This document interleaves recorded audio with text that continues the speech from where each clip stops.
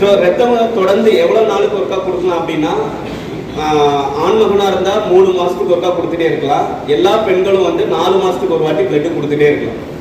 So blood கொடுக்கும்போது ஒரு ஆள் வந்து ஒரு வருஷத்துக்கு 3 தடவையோ 4 தடவையோ 3 மாதத்துக்கு ஒரு வாட்டி பிளட்டு கொடுக்கும்போது நமக்கு வருங்காலத்தில் சுகர் நோய் வர்றது, ரத்த கொதிப்பு, ஹார்ட் அட்டாக் வர்றது எல்லாமே கம்மியாகிறதுக்கு சான்ஸ் இருக்குது.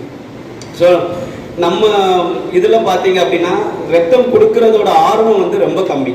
ஏன் அப்படின்னா நம்ம எல்லாரும் என்ன நினச்சிப்போம்னா ரத்தத்தோட தேவையே இல்லை, எல்லா ஹாஸ்பிட்டலையும் அளவுக்கு அதிகமாக வந்து ரத்தம் வச்சுருக்காங்க அப்படின்னு நினைப்போம். அப்படி இல்லவே இல்லை. ரத்தம் எப்பவுமே பற்றாக்குறையாக தான் இருந்துகிட்டே இருக்கும் உலக லெவலில். சரியா? ஸோ நம்ம நினைக்கிற மாதிரி ஒரு உயிரை வந்து ஒரு யூனிட் ரத்தத்தை வச்சுலாம் காப்பாற்ற முடியாது. அந்த நோயாளிகளின் நோய் தன்மையை வச்சு அது மாறிக்கிட்டே இருக்கும்.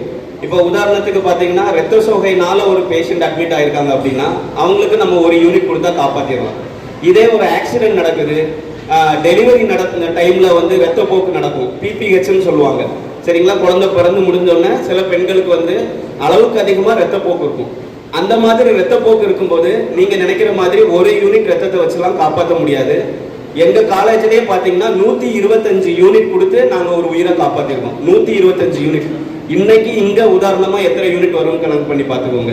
சரியா? ஒரு 30லேருந்து ஒரு 40 யூனிட் கிடைச்சாலே எங்களுக்கு பெரிய விஷயம். ஆனால் எங்களுக்கு அங்கே தேவைகள் பார்த்தீங்கன்னா சில டைம் ஒரே ஆளுக்கு கூட 125 யூனிட் தேவைப்படுது.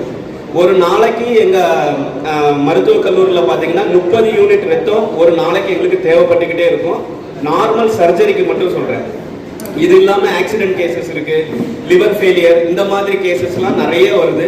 அவங்களுக்குலாம் பார்த்தீங்கன்னா நம்ம ரத்தத்தை கொடுத்துட்டா நிறைய ரத்தங்கள் தேவைப்பட்டுக்கிட்டே இருக்குது. ஸோ அதனால் ரத்தம் தேவையில்லைன்னு நினைக்காதீங்க.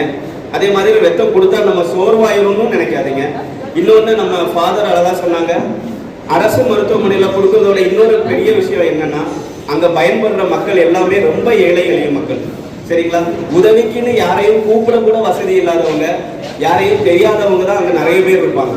ஸோ அவங்களுக்குலாம் நீங்கள் கொடுக்குற ஒவ்வொரு சொட்டு ரத்தமும் ஒரு இன்னொரு வாழ்க்கையை அவங்களுக்கு கொடுக்குது. அது வெறும் ரத்தம் இல்லை, அது உயிர், ஒரு குடும்பத்துக்கான இன்னொரு அடுத்த ஒரு பரிமாற்றம்னு வச்சுக்கோங்க. அவங்களுக்கு இன்னொரு உலகத்தை அவங்களுக்கு கொடுக்கறது மாதிரி.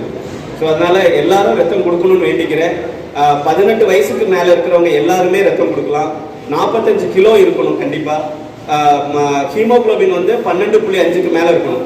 ஸோ நீங்கள் வந்து போனாலே இவங்க எல்லாத்தையும் வந்து ரத்தம் எடுத்துருவாங்க அப்படின்னு நினைக்காதீங்க. ஸோ இந்த மாதிரி க்ரைட்டீரியாஸ் இருக்குது.